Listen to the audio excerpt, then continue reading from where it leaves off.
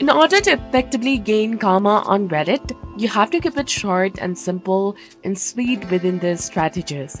First of all, consider posting with popular communities. Participate by sharing high quality content or posting integrating questions within the highly active subreddits such as r Asked Reddit, r Funny, or even niche communities that align with your personal interests and hobbies. Next, it's beneficial to comment early. Strive to be among the first to respond to newly created posts by offering insightful, humorous, or genuinely helpful replies that add value to the discussion. And additionally, you can also answer the questions. Lend a hand to others who seek assistance in subreddits where you can input your meaningful impact. And another effective method is to share original content.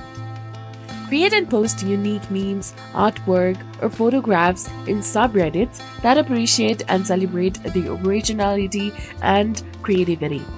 Finally, make an effort to engage regularly.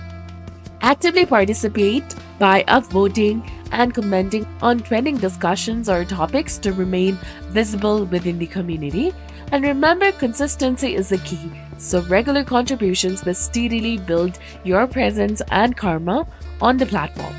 So, this was all about it. If you found this guide helpful, please like, share, and subscribe. Thanks for watching. See you in the next one.